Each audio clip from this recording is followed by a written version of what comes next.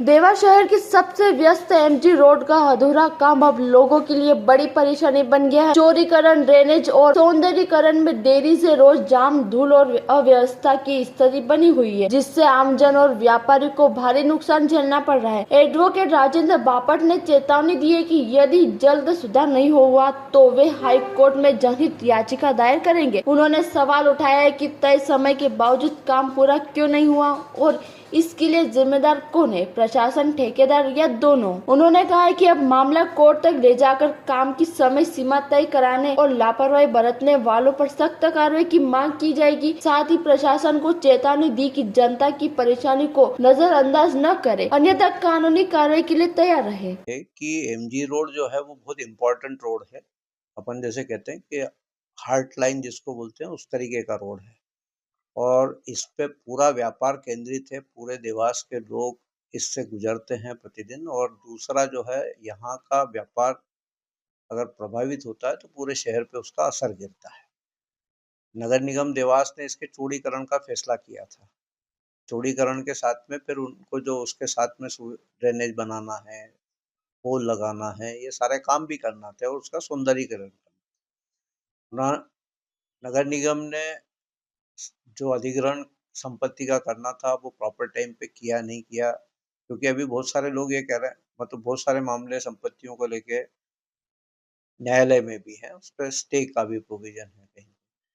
तो खैर वो एक अलग बात है। हमारा तो सिर्फ ये डिमांड थी कि माननीय विधायिका महोदय ने उसका बाकायदा नगर निगम के अधिकारियों ने जो आश्वस्त किया था, उसके बाद में उन्होंने जो है उस कार्य का भूमि पूजन किया और उनकी अपेक्षा ये थी कि आप तत्काल इसका जो है निर्माण कार्य जो आपकी है जितनी जल्दी हो सके वो करें, ताकि व्यापारी और आम जनता को उसकी सुविधा मिल सके। लेकिन ये अभी काफी दिन हो चुके हैं इस बात को लेके। ये दिसंबर में हुआ है और आज हम लोग मार्च खत्म होने आया है, तब तक बैठे हुए। 3 महीने का अरसा ऐसी जगह के लिए बहुत इंपॉर्टेंट होता है और वो नहीं करने के कारण जगह जगह मटेरियल पड़ा हुआ है, खुदा हुआ है, लोगों को आने जाने में, व्यापार, सभी को दिक्कतें हो रही है। इस पूरे मामले में प्रशासन या नगर निगम की बड़ी लापरवाही क्या मानते हैं?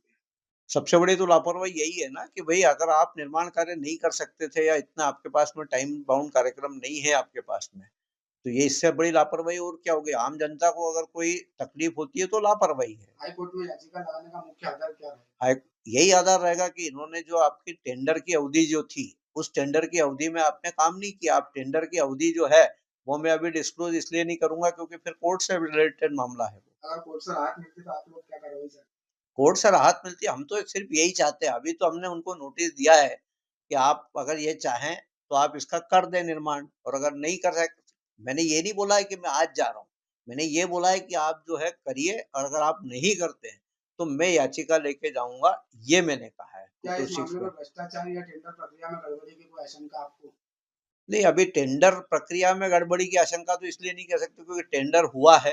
किसी को जो उसमें बीड लेने वाले जिन लोगों ने वह भाग लिया होगा वो चैलेंज कर सकते थे, उससे मेरा रिलेशन नहीं है और न ही कोई भ्रष्टाचार का कोई एलिगेशन मैं अभी लगा रहा हूँ। इस मेरा मामले में आपने प्रशासन को कोई नोटिस या कोई पत्र लिखा? सबको, कलेक्टर को दिया है। उसमें क्या कलेक्टर को जवाब है? मतलब सेम मैंने अभी इसमें कमिश्नर को नोटिस दिया है, क्योंकि कमिश्नर ही डायरेक्टली रिस्पॉन्सिबल है ना।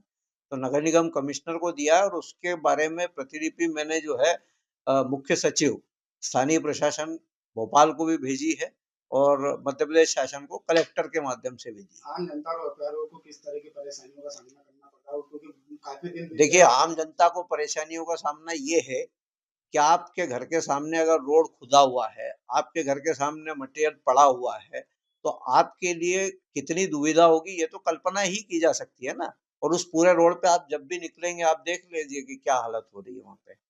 ये मेन। आपको परिचित? राजेंद्र बापट, एडवोकेट हूँ और मेरा चेम्बर है 8 नंबर कोर्ट में। यहाँ से मैं बाइट दे रहा हूँ। देवास से ब्यूरो चीफ अभिषेक सोनी की रिपोर्ट।